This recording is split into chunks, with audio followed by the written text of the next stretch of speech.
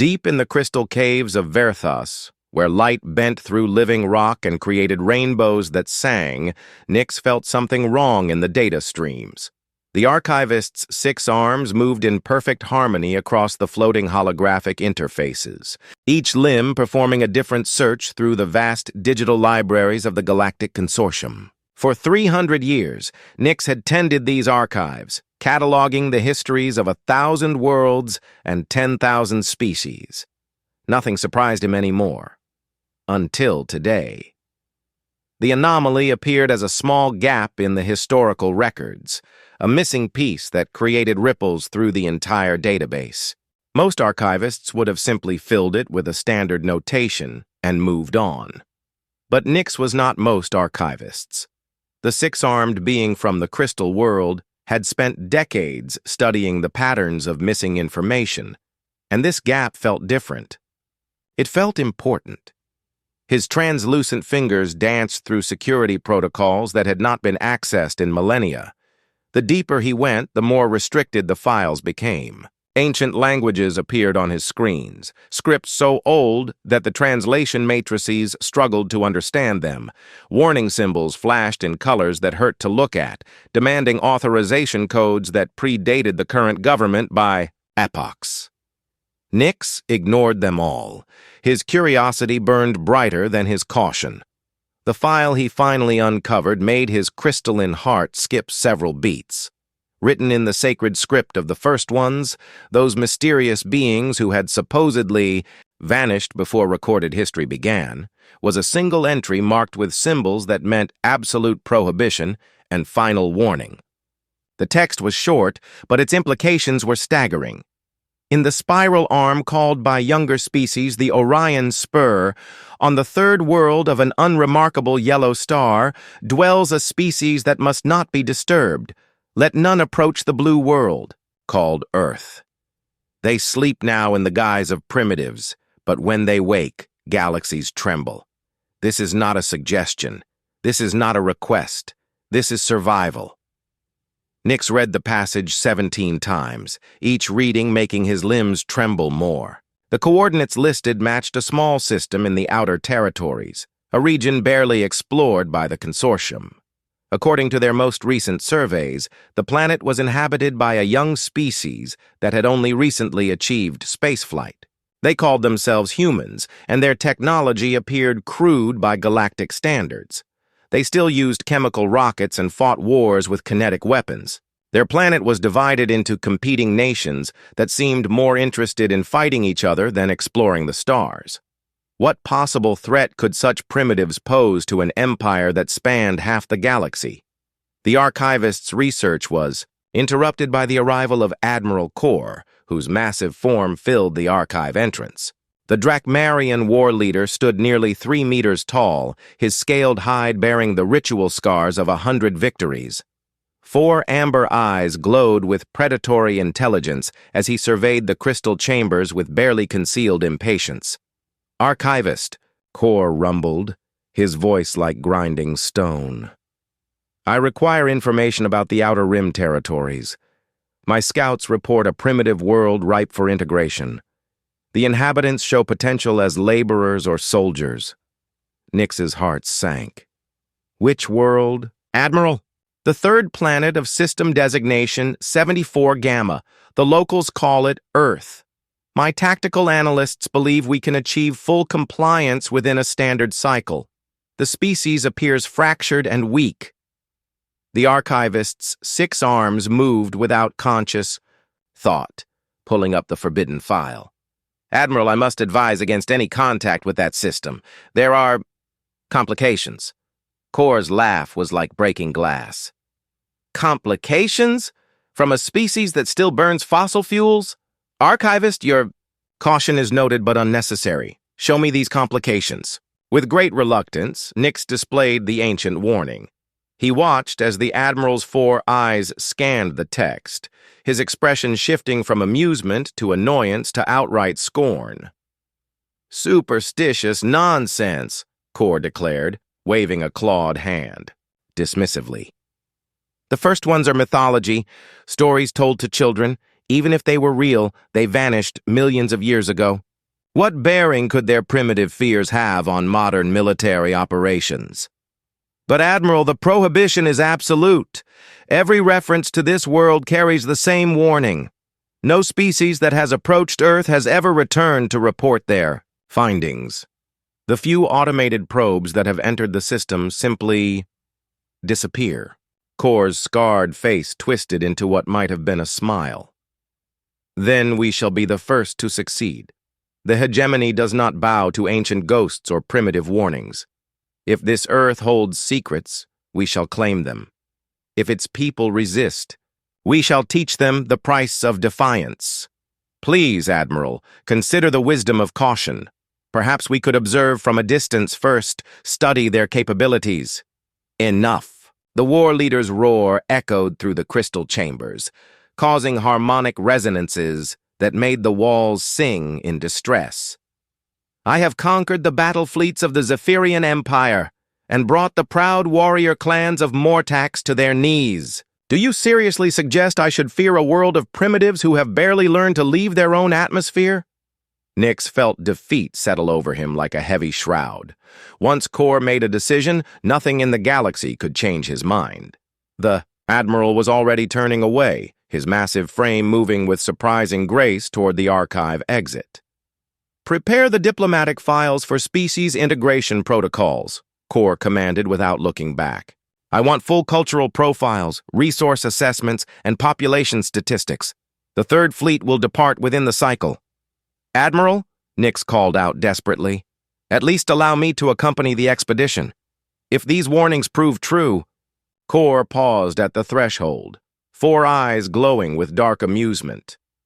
Very well, Archivist. Your presence may prove useful when documenting our latest conquest, but understand this. The hegemony expands, or it dies. We do not retreat from shadows and ancient fears. As the Admiral disappeared into the curved corridors beyond, Nyx remained alone among his crystals and data streams. The ancient warning glowed before him, its words seeming to pulse with their own inner light. The archivist's 6 arms trembled as he began copying the file to secured storage, something deep in his crystalline soul telling him that this knowledge would soon become very, very important.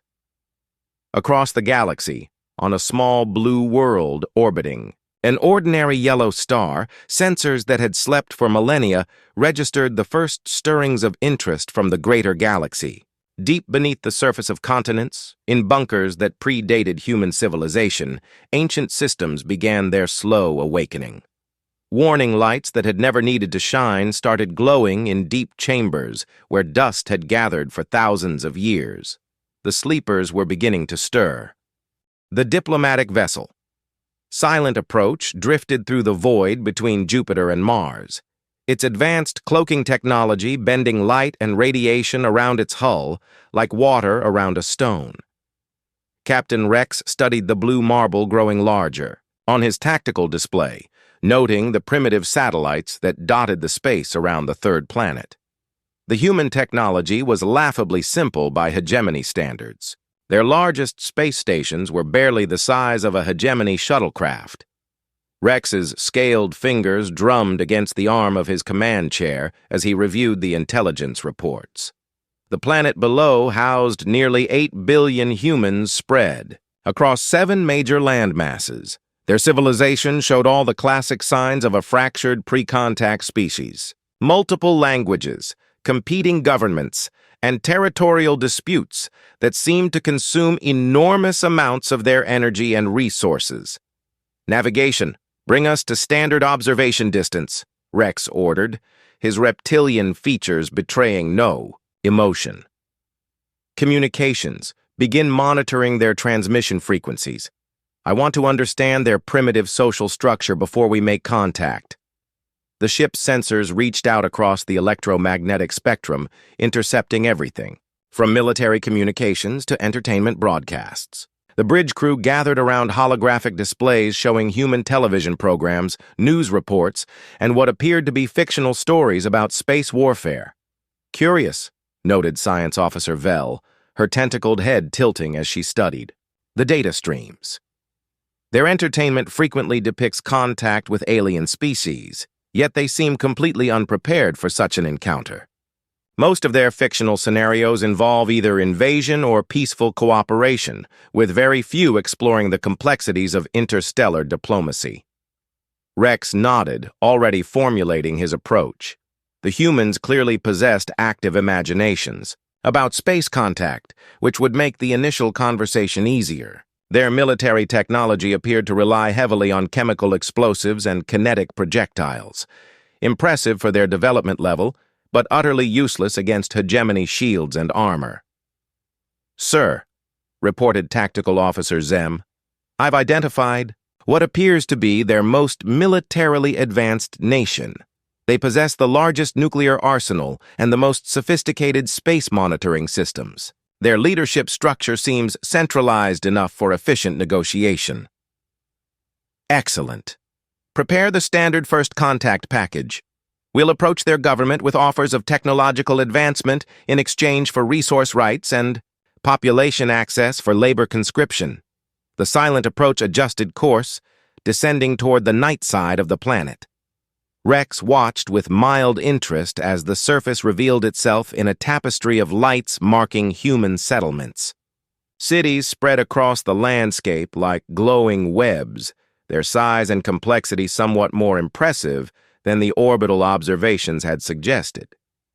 "Captain," Vel called out, her voice carrying a note of uncertainty, "I'm reading some unusual energy signatures from the planet's surface. There appear to be massive underground installations beneath several major population centers." Rex waved dismissively. "Primitive bunkers, no doubt. These species always build shelters when they develop nuclear weapons. The fear drives them to dig holes like frightened animals." The ship continued its descent, passing through the upper atmosphere with its cloak maintaining perfect invisibility. Earth's magnetic field played across their sensors, creating aurora-like displays on the hull that would have been beautiful if anyone had been looking. That was when everything went wrong. Every screen on the bridge suddenly flashed red. Warning. Klaxons screamed through the corridors as the ship's defensive systems activated without command input. Rex leaped from his chair, his scales shifting color with alarm. "Report!" he barked. "Sir, we've been detected!" Zem's voice cracked with disbelief. "Multiple targeting locks from surface installations. Their weapons are tracking us through our cloak." Impossible. Our cloaking technology has fooled civilizations 1,000 times more advanced than these primitives. But the tactical display told a different story. Across the planet's surface, installations that hadn't appeared on any scan were coming online. Massive structures that seemed to have been hidden beneath cities and mountains were powering up, their energy signatures blazing like stars against the darkness. "Captain, incoming transmission," Communications Officer Dex reported, his voice tight with confusion. It's on all frequencies simultaneously, audio, visual, quantum, and several carrier waves we don't even recognize." "Put it through." The main display shimmered, resolving into the image of a human male with graying hair and tired eyes. He wore simple clothing and sat in what appeared to be an ordinary office, with books and papers scattered on a wooden desk behind him. He looked like nothing more than a middle-aged academic. "Unknown vessel currently at coordinates 127.4 by 87.2 by 15.6 relative to local grid," the human said in perfectly fluent Drakmarian, Rex's native tongue. "You are in violation of protected space. Identify yourselves and state your intentions." Rex's jaw dropped. The human had spoken in a language that existed nowhere in their databases, using grammatical structures that only native speakers could master. Moreover, the coordinates he'd given were correct to the centimeter. "How?" Rex began, then caught himself. Diplomacy first, confusion later. "I am Captain Rex of the Hegemony 3rd Diplomatic Fleet. We come in peace to establish contact with your species." The human's tired eyes seemed to look directly through the screen into Rex's soul. "Captain, I am Dr. Ray, and I speak for the local population. You were warned not to come here. Your archives contain very specific instructions regarding this system. I don't know what you're talking about, Rex lied, though his voice carried less certainty than before. Dr. Ray sighed deeply, the sound of someone who had hoped to avoid this conversation for a very long time. Your archivist, Nix, found the prohibition. Yesterday at 1427 Consortium Standard Time, Admiral Core dismissed the warning at 1842. You departed your staging area 36 hours ago with orders to establish first contact and begin integration protocols. The bridge fell silent. Every crew member stared at the screen in growing horror as the implications sank in. This primitive species had not only detected their approach and penetrated their communications, but somehow monitored conversations that had taken place hundreds of light years away. That's impossible, Rex whispered.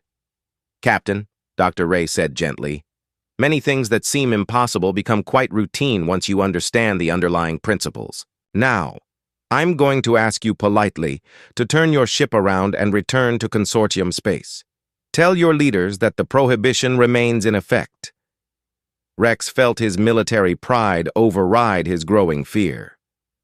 And if I refuse, you have no weapons capable of threatening a hegemony vessel. Dr. Ray's expression didn't change, but somehow his presence seemed to fill the screen with quiet authority. Captain, look at your tactical display. Rex glanced down, and his scales turned completely white with shock.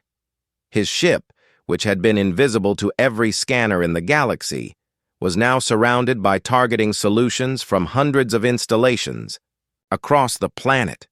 Energy readings showed weapons platforms that shouldn't exist, powered by reactors that violated everything the hegemony knew about physics. We really don't want to hurt anyone, Dr. Ray continued conversationally. We've worked very hard to avoid this exact situation. But the prohibition exists for good reasons, and those reasons haven't changed. This is impossible, Rex repeated, but his voice had lost all conviction. Captain, what do you think happens to a species that builds an interstellar empire?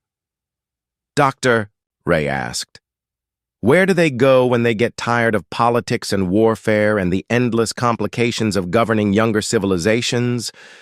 What do they do when they just want to tend their gardens and raise their children in peace? The question hung in the air like a physical presence. Rex stared at the human on his screen, and for the first time in his military career, felt truly afraid. You're not primitives at all, are you? He whispered. Dr. Ray smiled sadly. No, Captain. We're really not. Admiral Core's response to the failure of first contact was exactly what everyone expected. Within 6 hours of losing communication with the silent approach, 3 heavy cruisers were burning hard toward the Sol system with orders to extract the diplomatic vessel by any means necessary. The Admiral's rage echoed through every corridor of the command ship Dominion, his roars of fury making the hull plates vibrate. Rex found himself in the uncomfortable position of trying to explain the impossible to a superior who didn't believe in impossible things. The captain sat in the ship's detention area, not quite a prisoner, but certainly not free to leave, while security recordings of his encounter with the humans played on repeat for military analysts who grew more confused with each viewing. It makes no sense, muttered Intelligence Chief Varn, rewinding the footage for the 15th time. Their technology readings don't match their demonstrated capabilities. According to our sensors, the weapons targeting us were using principles we've never encountered. The energy signatures suggest they're bending space-time itself as a weapon delivery system. Rex rubbed his scaled forehead, where a headache had been building for hours. I've been telling you this for 6 hours. These aren't primitive beings playing with advanced toys. They built those weapons themselves, and they understand them better than we understand our own technology. Impossible, Varn snapped. Our civilizations have been building starships for millennia. This species has been in space for less than a century. They can't possibly have developed beyond us so quickly. Then explain how they knew about conversations that happened in consortium space. Explain how they detected us through military-grade cloaking. Explain how they spoke perfect Drakmarian when our language isn't in any of their databases. Before Varn could respond, emergency klaxons began screaming throughout the ship. The detention area's emergency lighting bathed everything in red as the ship's artificial gravity fluctuated wildly. Rex grabbed the security bars to steady himself as the Dominion shuddered like a living thing in pain. "All crew to battle stations!" Admiral Kor's voice boomed through the communication system. "We are under attack by unknown vessels. All departments report status immediately." Rex felt his stomach drop as the implications hit him. The humans hadn't just detected one cloaked ship. They had somehow tracked the entire rescue fleet through hyperspace and were engaging them directly. The detention area door slid open, revealing a security team in full combat armor.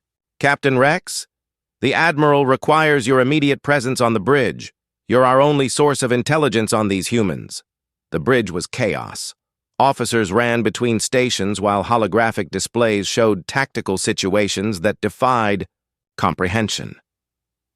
3 hegemony heavy cruisers, each capable of leveling a planet's surface, were surrounded by human vessels that seemed to phase in and out of reality. Every time the hegemony ships fired, their targets simply weren't there anymore.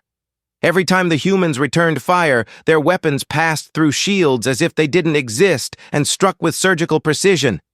"Rex!" Admiral Kor spun from the main display, his 4 amber eyes blazing with fury and confusion. "What are we fighting? Our sensors can barely track them." Rex watched the tactical display with growing dread. "Admiral, I tried to tell you, these aren't the primitives we thought. They're something else entirely. The humans are broadcasting on all frequencies," reported Communications Officer Tem. "Same voice as before, audio only." "Put it through," Kor commanded. Dr. Ray's voice filled the bridge, calm and tired and infinitely sad. "Admiral Kor of the Hegemony 3rd Fleet, you were warned to stay away from this system. Your captain delivered that message clearly. Why? Didn't you listen? Because the hegemony doesn't retreat from threats." Kor roared at the speakers. "If you have advanced technology, we'll take it. If you resist, we'll break you. That's what civilized species do to primitives." There was a long pause before Dr. Ray responded. When he spoke again, his voice carried weight that seemed to press against everyone on the bridge. "Admiral, what do you know about the first ones? Myths and legends, stories to frighten children." "No, Admiral. History. The first ones were real, and they built the greatest civilization the galaxy has ever seen. Their technology could reshape reality itself. Their fleets could cross between dimensions. Their knowledge encompassed sciences your species hasn't even discovered yet." Kor's claws scraped against his command chair. "If they were so powerful, where are they now?" "They got tired, Admiral. Tired of war, tired of conquest, tired of the endless cycle of younger species fighting and dying over territory and resources. So they made a choice. They found a quiet world on the edge of a spiral arm and decided to rest, to live simple lives and let the galaxy develop without their interference." The bridge fell silent as the implications began to sink in. Rex felt his scales turning pale as understanding dawned. "You're not saying," Kor began. "The first ones didn't vanish, Admiral. They retired. They chose to live as farmers and teachers and artists on a little blue world where they could watch their children grow up in peace. They put away their galaxy-spanning technologies and pretended to be primitive, so nobody would bother them." "That's impossible," Kor whispered. But his voice carried no conviction. "For 3,000 years, it worked perfectly. We developed agriculture, art, literature, music. We had wars, yes, but small ones, local ones. We learned to love our little world and each other. We were happy." Rex watched the tactical display as more human ships appeared around the fleet. Not attacking, just present, watching, waiting. "Then you came along," Dr. Ray continued. "You ignored the warnings. You threatened our peace. You forced us to remember technologies we'd spent millennia trying to forget." "I don't believe you," Kor said. but his words rang hollow in the silence. "Admiral, look at your tactical display. Look at what we're doing to your fleet. We're not using weapons at all. We're simply adjusting the local space-time curvature to redirect your weapons energy back at your own ships. We're phasing your vessels slightly out of normal space so our hulls can pass through yours without damage. We're using techniques your physicists won't discover for another 1,000 years, and we're holding back because we don't want to hurt you." The truth hit everyone on the bridge simultaneously. The human ships weren't fighting them. They were playing with them, demonstrating capabilities that made the mighty hegemony fleet look like children with toy weapons. "What do you want?" Kor asked, his voice barely above a whisper. "What we've always wanted, Admiral.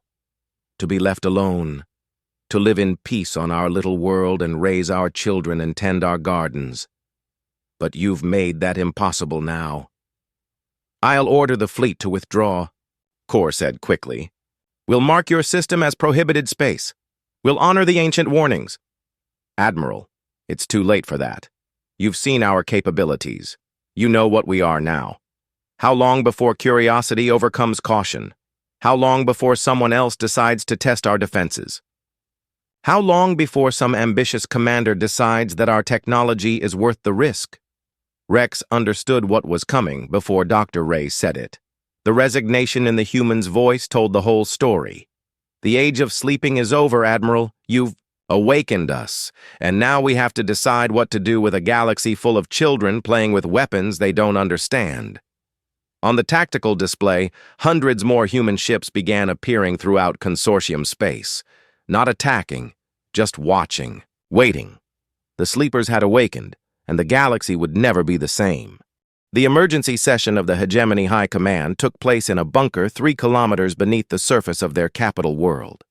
Around the circular table sat the most powerful military leaders in known space, their various alien forms united in expressions of disbelief and growing dread. Admiral Kor stood before them like a defendant at his own trial, still covered in the dust and debris from his fleet's encounter with the humans.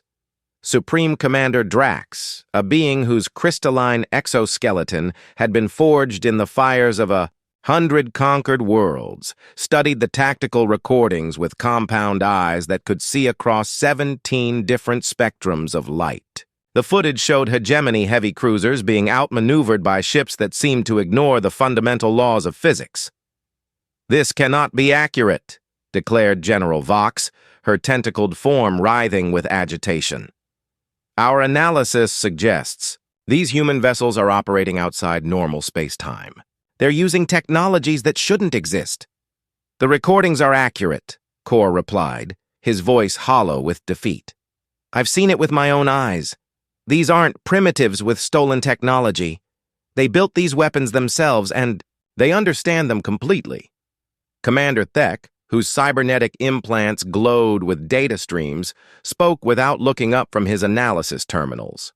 "If their claims are true, if they're truly descended from the first ones, then we're facing a civilization that predates our entire galactic community by millions of years. Their technological advantage isn't just superior, it's incomprehensible. Supreme." Commander Drax's crystalline fingers tapped against the table surface, creating harmonics that rang through the chamber. "One world cannot threaten an empire that spans thousands of systems. Even with advanced technology, they're vastly outnumbered." "Sir," Kor said quietly, "they're not confined to one world anymore. After our encounter, human ships appeared throughout consortium space. They're everywhere now, watching everything we do.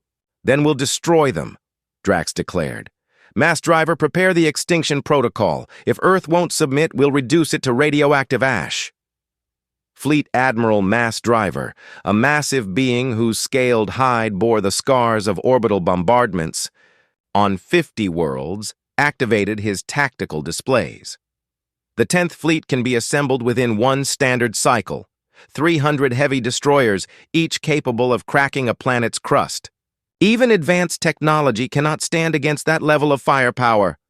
"Do it," Drax commanded. "Send the entire 10th Fleet to Earth. Make an example of these first ones that will remind the galaxy who rules here. Kor felt his heart sink as he watched the greatest military force in galactic history being assembled for what he increasingly believed would be a massacre, not of the humans, but of themselves. The 10th Fleet departed 3 days later, their ships arranged in a formation that had never failed to intimidate any opponent. Mass Driver commanded from the dreadnought Annihilation, a vessel the size of a small moon with enough firepower to sterilize an entire solar system. His tactical displays showed 300 of the most advanced warships ever built, their holds filled with planet-killer weapons and their crews trained in the fine art of absolute destruction. "All ships report ready for hyperspace translation," announced Navigation Chief Kex. "Estimated time to Earth system, 6 standard hours." Mass Driver studied the holographic display showing the small blue world that had somehow become the greatest threat the hegemony had ever faced. Intelligence reports suggested the planet housed barely 8 billion humans, most living in primitive cities with technology that appeared centuries behind galactic standards. How could such a world challenge an empire? Fleet Admiral, Communications. Officer Rex reported, "We're receiving a transmission from Earth, audio only. Put it through." Dr. Ray's voice filled the bridge of the Annihilation, carrying the same tired sadness that had haunted Admiral Kor's nightmares. "Fleet Admiral Mass Driver, you're making a terrible mistake. Turn your ships around and go home." "I am Mass Driver of the 10th Fleet," the Admiral replied, his voice resonating through the ship's hull. "I have ended civilizations and broken worlds that dared to challenge hegemony authority. You will surrender immediately, or I will demonstrate why resistance is futile. Admiral, do you have children?" The unexpected question caught Mass Driver off guard. "What? Children, Admiral? Sons or daughters? Do you have a family waiting for you to come home?" I fail to see the relevance. I'm trying to understand what drives someone to bring 300 ships loaded with planet-killing weapons against a world where people are raising families and growing food and teaching their children to read. What makes that seem like a reasonable response to you? Mass Driver's scaled features hardened. "You threatened our empire. You demonstrated technologies that upset the balance of power in known space. Such threats must be eliminated." "Admiral, we didn't threaten anyone. We asked to be left alone. When you sent ships to our world, we defended ourselves without killing a single member of your crews. We could have destroyed your vessels instantly, but we chose not to because we don't. Like hurting people. Your restraint is noted," Mass Driver replied coldly. "It will not save you from the consequences of defying us." The fleet dropped out of hyperspace at the edge of the Sol system, their formation spreading across space like a metallic constellation. Advanced sensors reached out toward the small blue world, cataloging defensive installations and energy signatures. What they found defied every tactical manual in the hegemony database. "Sir," Tactical Officer Zen reported, his voice tight with confusion, "I'm reading massive energy buildups across the planet's surface. Underground installations are coming online and their power output is—" He paused, checking his readings. Again. "Sir, individual installations are generating more energy than our entire fleet combined." Mass Driver studied the tactical display with growing unease. Hundreds of markers appeared across Earth's continents, each representing a weapons platform that shouldn't exist. Energy readings suggested technologies that violated known physical laws. "Fleet Admiral," Rex called out, "incoming transmission from the human world." This time, the voice wasn't Dr. Ray's. A younger human male appeared on the screen wearing what looked like a simple military uniform with no decorations or rank insignia. His expression was calm, but carried an authority that made seasoned warriors shift uncomfortably. "Fleet Admiral Mass Driver, I'm Commander Sam of Earth Defense. You've brought an impressive force to our system. 300 ships, planet-killer weapons, enough firepower to sterilize multiple worlds.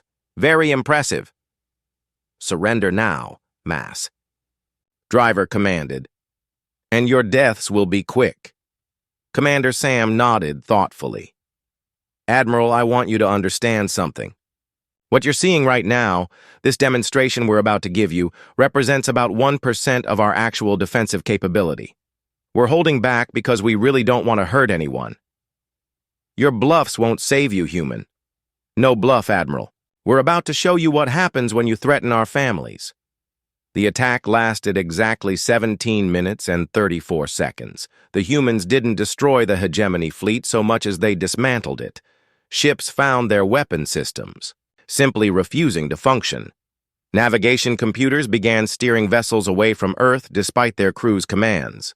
Life support systems remained operational, but every other system on every ship began shutting down in sequence. Mass Driver watched in horror as his dreadnought Annihilation became as helpless as a disabled shuttle. Around him, 300 of the most advanced warships in galactic history sat dead in space, their crews unharmed but completely powerless. "How?" he whispered. Commander Sam's voice carried a note of genuine regret. "Admiral, your computers are based on quantum processing principles. We invented quantum computing about 50,000 years ago. Your ship's AI thinks it's making its own decisions, but we're actually running the entire thing remotely now. We could make your vessels dance in formation if we wanted to, but that would be showing off. This is impossible. Admiral, impossible is just another word for something. You don't understand yet. The real tragedy here is that you forced us to demonstrate these capabilities. Now the galaxy knows what we can do, and everything changes." On the tactical display, more human ships began appearing throughout consortium space. Not dozens this time, but thousands. Ships that had been invisible now became visible, revealing that humanity had been watching every major world, every important installation, every critical resource point in the galaxy. "You've been spying on us," Mass Driver accused. "We've been protecting you," Commander Sam corrected gently. "For 3,000 years, we've quietly prevented wars that would have consumed entire sectors. We've stopped plagues before they could spread. We've redirected asteroids that would have ended civilizations. We've been the invisible guardians of a galaxy full of children learning to use dangerous toys." "Why?" "Because that's what parents do, Admiral. They protect their children, even when those children don't know they need protection." The truth hit Mass Driver like a physical blow. The humans hadn't been hiding from the galaxy. They'd been shepherding it, guiding it, keeping it safe while remaining invisible, and now that illusion was shattered forever. "What happens now?" he asked quietly.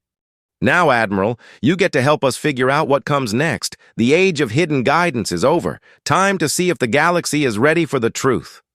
The Grand Assembly of the Galactic Consortium had never hosted an emergency session quite like this one. Representatives from 1,200 species filled the vast amphitheater on neutral ground, their various forms creating a tapestry of evolution that spanned millions of years of development.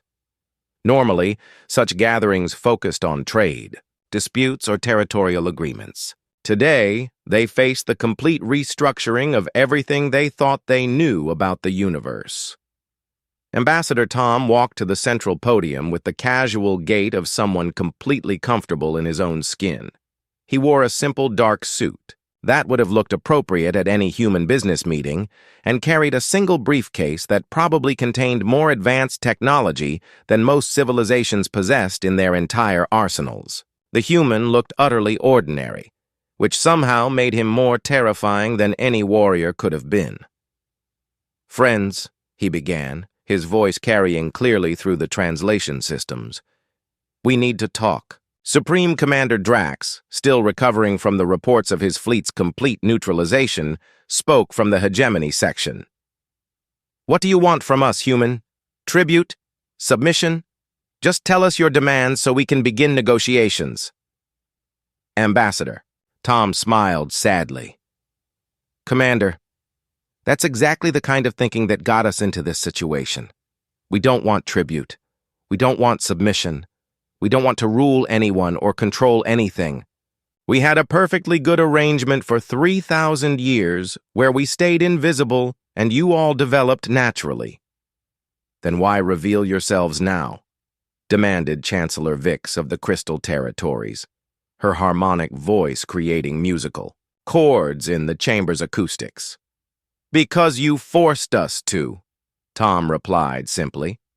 Admiral Kor ignored clear warnings that had protected this galaxy for millennia. When diplomacy failed, you sent warships. When those failed, you sent an extinction fleet. At what point were we supposed to let you destroy our families and our world for the sake of maintaining our cover? The chamber fell silent as the implications sank in. These humans had maintained galactic peace for 3,000 years through invisible guidance, and the consortium's response to discovering them had been immediate military action. What we had was working, Tom continued. You developed your own technologies, formed your own governments, made your own mistakes, and learned from them. We only intervened when absolutely necessary to prevent galaxy-wide catastrophes. But now, that's impossible. Everyone knows we exist, and that changes everything. Archivist Nix, who had traveled from the crystal caves of Verthos specifically for this moment, rose from his section. Ambassador Tom, the ancient records speak of the first ones as beings of immense power who could reshape reality itself. If you are truly their descendants, why choose to live as you do? Why not claim your rightful place as rulers of the galaxy? Tom's expression grew thoughtful.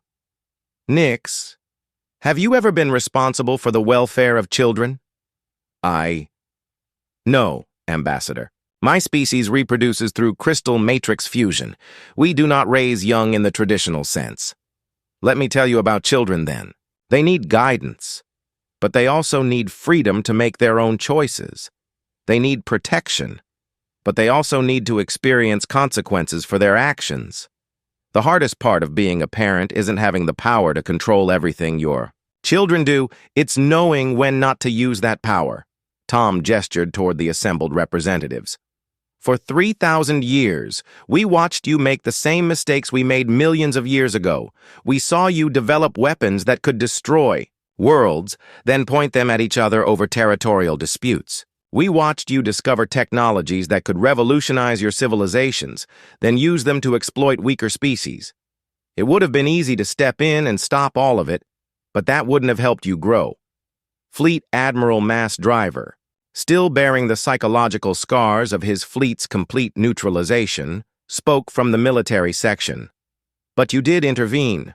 Our historical records show unexplained phenomena that prevented numerous conflicts, wars that ended suddenly, plagues that disappeared overnight, asteroid impacts that mysteriously changed course, only when the alternative was extinction-level events, Tom confirmed. We prevented 17 different scenarios that would have ended all intelligent life in this galaxy. We stopped 3 artificial plagues that would have consumed every biological species. We redirected 47 asteroid impacts and prevented 12 different experiments that would have torn holes in reality itself. Chancellor Vix's harmonic voice carried notes of awe. You've been protecting us all this time without us knowing. That was the point.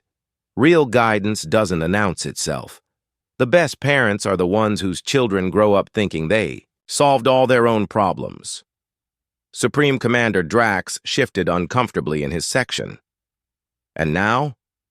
What happens to the consortium?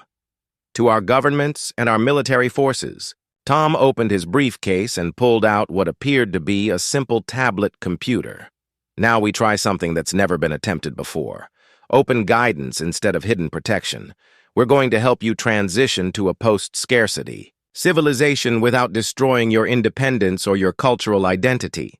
The tablet projected a holographic display that showed technological schematics beyond anything the assembled beings had ever imagined. Faster-than-light communication that worked instantly across galactic distances. Energy generation systems that could power entire star systems without fuel. Manufacturing technologies that could create anything from base matter. "These are gifts," Tom said quietly. "Technologies that will eliminate resource scarcity, end territorial conflicts, and allow every species to develop according to their own nature instead of being limited by material constraints." "Why?" asked Representative Kell of the mining guilds. "What do you gain from sharing such knowledge?" "Peace," Tom replied. "The same thing we've always wanted. A galaxy where our children can grow up without worrying about wars or famines or extinction-level threats. A universe where every species can reach its full potential without stepping on others to get there." The chamber buzzed with countless conversations in dozens of languages as representatives processed the implications. Ambassador Tom waited patiently, understanding that he was asking them to abandon everything they thought they knew about power and politics. "There will be conditions," Supreme Commander Drax said finally. "Yes," Tom agreed. "No more wars of conquest, no more exploitation of primitive species, no more developing weapons designed to exterminate entire civilizations. We've spent too long watching our children hurt each other to allow it to continue." "And if we refuse?" Drax pressed. Tom's expression didn't change, but somehow his presence seemed to fill the entire chamber. "Commander, your fleets are currently disabled and drifting in space. Your weapons systems respond to our commands instead of yours. Your computer networks route through our servers whether you know it or not. We're not asking for your permission to enforce these conditions. We're telling you how things are going to work from now on." The silence that followed was absolute. 1,200 species sat in their sections, processing the reality that their entire concept of galactic politics had just been permanently altered. "However," Tom continued, his voice becoming warmer, "we'd much rather have your cooperation than your submission. We've been your hidden guardians for 3 millennia. We'd like to be your open partners for the next 3. Chancellor Vix was the first to speak. "Ambassador, if we agree to these conditions, what assurance do we have that humanity won't decide to rule directly? What prevents you from becoming the tyrants you claim you don't want to be?" Tom smiled, and for the first time since entering the chamber, he looked genuinely happy. "Chancellor, the same thing that's prevented it for 3,000 years. We really don't want the job. Ruling a galaxy sounds like the most tedious, frustrating, thankless task imaginable. We'd much rather go back to our farms and schools and research labs and let you handle your own affairs. But with oversight," Drax noted, "with guidance available when requested and intervention only when absolutely necessary to prevent catastrophic harm. Think of it as having very powerful older siblings who want you to succeed but won't let you burn the house down." Archivist Nix rose again, his 6 arms moving in a gesture of formal acceptance. "On behalf of the Verthan Crystal Territories, we accept these conditions and welcome humanity's open guidance." One by one, the other representatives followed suit, some with enthusiasm, others with resignation, but all with the understanding that the galaxy had fundamentally changed, and there was no going back. 3 months later, the first human-designed manufacturing centers came online, producing abundance where there had been scarcity. Wars ended not through conquest, but through the simple elimination of everything worth fighting over. Species that had been enemies for millennia found themselves working together on projects that benefited everyone. Dr. Ray returned to his small laboratory on Earth, hanging up his jacket and returning to his research on improving crop yields. Ambassador, Tom went back to teaching political science at a small university. Commander Sam resumed his weekend hobby of restoring antique automobiles. The galaxy's new guardians had returned to their quiet lives, but now everyone knew they were listening. And for the first time in galactic history, that knowledge brought comfort instead of fear. The age of hidden protection was over. The age of open partnership had begun. In the deepest archives of the consortium, Archivist Nix updated the ancient warning one final time. They sleep again, but with one eye open. The galaxy is finally growing up and its parents are proud.